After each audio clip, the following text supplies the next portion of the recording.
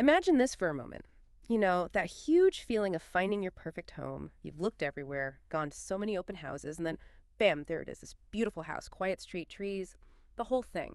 The place you can just picture everything happening, kids growing up, holidays, just life. It feels like more than just walls and a roof, right? It's like the foundation for your future. So you sign the papers, keys in hand, the dream feels totally real. Now, flip that feeling instantly into just a chilling nightmare. Before you've even got a single box unpacked, a letter lands on the mat. Not a nice welcome to the neighborhood note, but an anonymous threat. It says, your perfect house, your safe place is already being watched. And not by a security camera. Not just someone walking by. No, this is some unseen, anonymous thing claiming they've been watching for generations. And they know things about you, your family, stuff about the house you haven't even lived in yet.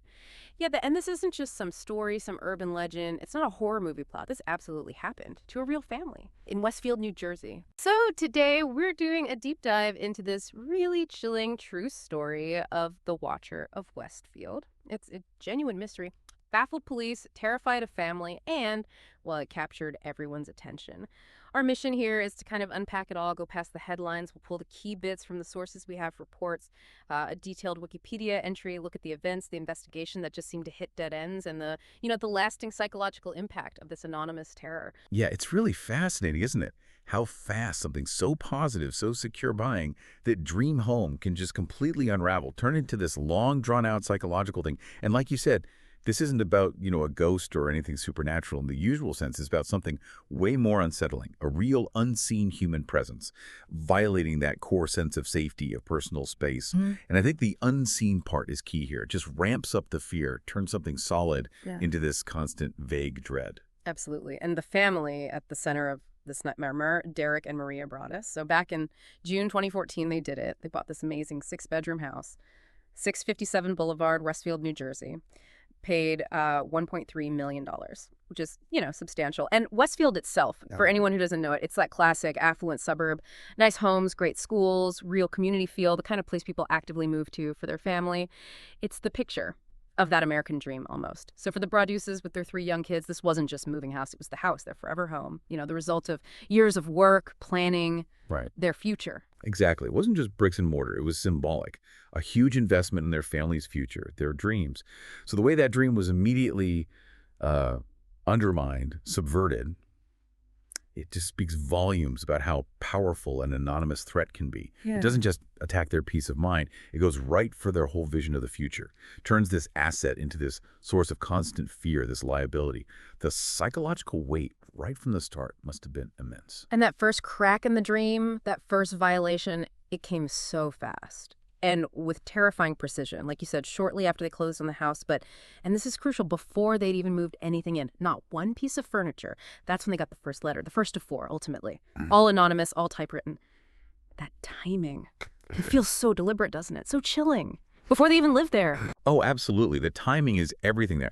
Getting a letter like that before you've even occupied the space, that's a calculated move. It's designed purely to maximize the psychological blow. It stops them from ever feeling like it's truly their home, ever feeling safe. They haven't even unpacked, and it's already declared watched. It immediately sets up this dynamic where this unseen person is in control. They've staked a claim on the house and really on the family's lives. And the stuff in that first letter, just wow, absolutely disturbing. The writer just signed off as the watcher, claimed their family had been watching the house for generations. But it wasn't vague. It had these incredibly specific, intimate details. Things like knowing about the Broadduses' 3 young children and referring to them chillingly as new blood, and knowing the house layout, even recent renovations they'd done. Just think about that. Someone knows how many kids you have, their ages, where the bedrooms are, the new floors you put in before you even slept there. Right. And that immediately raises the big question, how?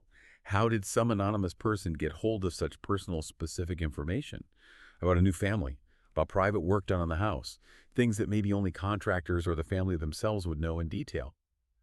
That precision is key to the psychological hit.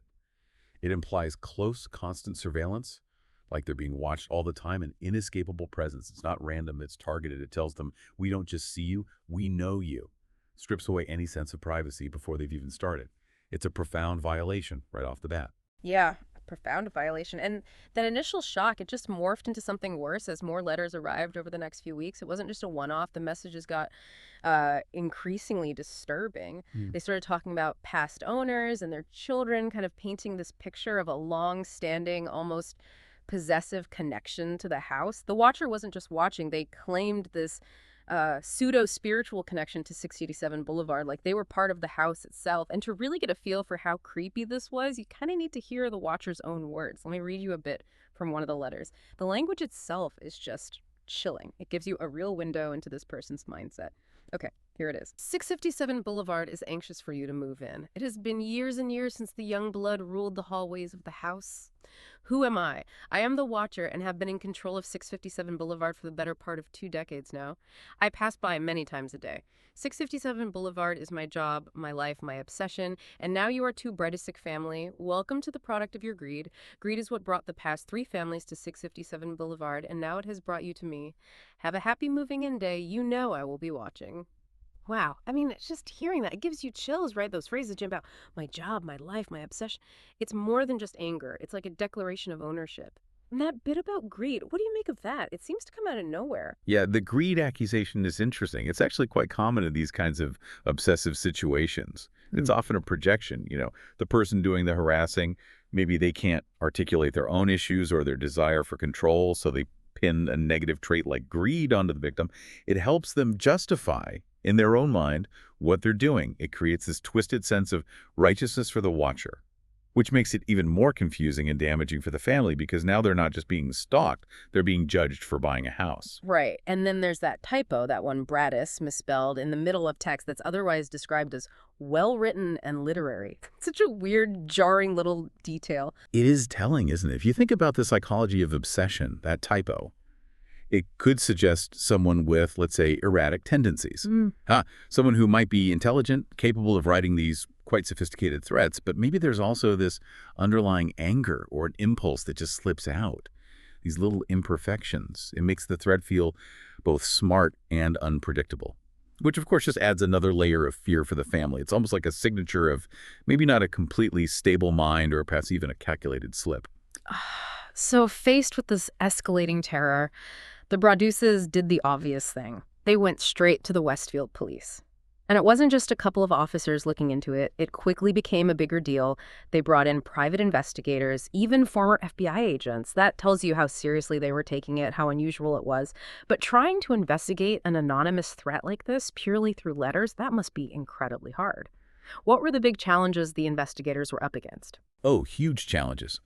Investigating anonymous threats, especially just through letters, is notoriously difficult. Unlike, say, a burglary or an assault, there's often no physical crime scene in the usual sense, only the letters and the psychological fallout. So the big hurdles would be no direct witnesses, right? No obvious motive, at least initially, and tracing untraceable letters is incredibly hard. Plus, without a specific demand or a direct physical threat, even the legal angle, what you can actually do, can be tricky. The investigation has to rely heavily on things like forensic linguistics, analyzing the writing style, behavioral analysis, and just painstaking police work, canvassing the area, looking for anything unusual. And the investigation did zero in on the neighborhood pretty quickly, specifically the Langford family. They lived right next door, longtime residents, multi-generational ties to the area. That fits the profile. Exactly. It seemed to line up perfectly with the watcher claiming they'd been watching for generations. So, naturally, they were looked at very closely. But, despite all that scrutiny, the reports say no evidence linking them to the letters was ever found. Beyond that, they did get some DNA off one of the envelopes. Okay, a potential lead. Yeah, it suggested the sender may have been a woman, but ultimately it didn't match anyone they suspected or anyone in the databases. So another dead end, really. And then comes this other really awful part of the story, another layer of pain for the Broadduces. As time went on and the case wasn't solved, some people in the town actually started to doubt them. Some members of the community became skeptical, speculating that the letters may have been a hoax. Can you even imagine? You're being terrorized, your life is turned upside down, and then your own community starts whispering that maybe you're making it up. That's just brutal. Yeah, it really is. Yeah. And it highlights a really important point about these unsolved cases, how they can erode trust within a community. When there are no clear answers, sometimes suspicion turns inward. It's almost a defense mechanism, isn't it? People try to make sense of something terrifying and inexplicable by creating a story that fits, even if it means doubting the victims. It distances them from the fear that this could happen to them. But for the broad deuces, that skepticism must have been incredibly isolating, adding this huge psychological weight on top of the terror they were already living with, victims twice over, essentially. It shows how these unseen threats can really destabilize everything. So ultimately, because the letters kept coming and they were just genuinely deeply afraid for their kids' safety, the Broadduces made this heartbreaking decision. They never moved into the house, 657 Boulevard.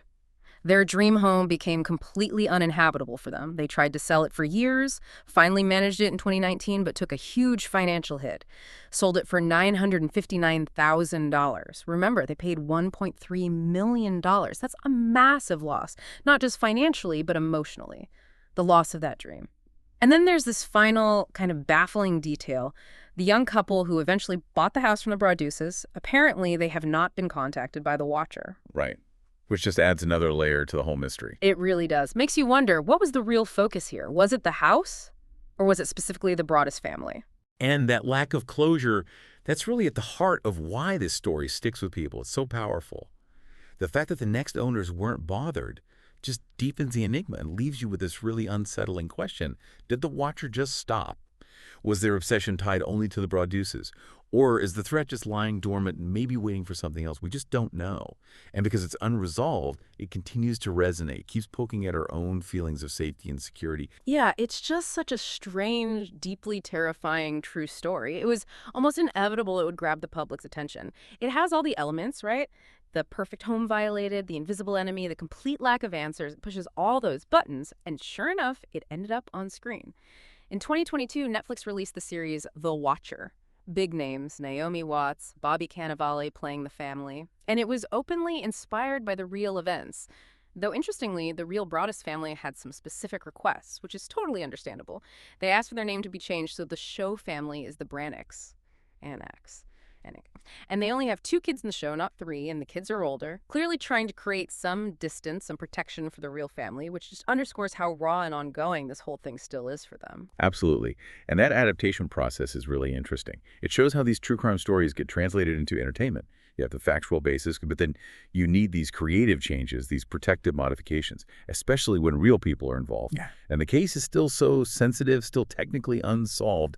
It really highlights our ongoing fascination with this kind of psychological horror, the unseen enemy, especially when it's grounded in a real baffling case that still affects people today. There's always that tension, isn't there, between telling the story and respecting the people who lived it. These changes seem like an attempt to manage that. So we've gone from this universal dream, buying that perfect house, straight into a nightmare of anonymous, relentless threats. We've looked at the investigation, which seemed so extensive but just couldn't crack it, an unsolved mystery that didn't just shatter one family's life, but also created suspicion in a whole town. And finally, how it became this big pop culture thing. It really does expose how fragile that sense of security around our homes, our private lives can actually be. Yeah, connecting it to the bigger picture, this whole deep dive really shows how vulnerable that feeling of safety is, even inside your own home, your supposed sanctuary. The Watcher story is just such a stark, enduring reminder that sometimes the worst threats, the most terrifying ones, are the ones you can't see or touch or even name. They don't need to break down the door to cause immense harm. That psychological invasion is enough. It can ruin lives, leave this lingering fear for years. It makes you realize that maybe true safety is as much about how we feel as it is about locks on the doors. And the identity of the Watcher, it just remains this complete blank. A ghost in the machine of this story, haunting that house, haunting our thoughts about it. Knowing that this kind of anonymous, targeted campaign could just spring up out of nowhere, destroy a family's life. Does learning about this change how you look at your own quiet street? Or does it maybe just highlight why we're so drawn to these mysteries, these puzzles that just refuse to be solved, that keep playing on our deepest anxieties?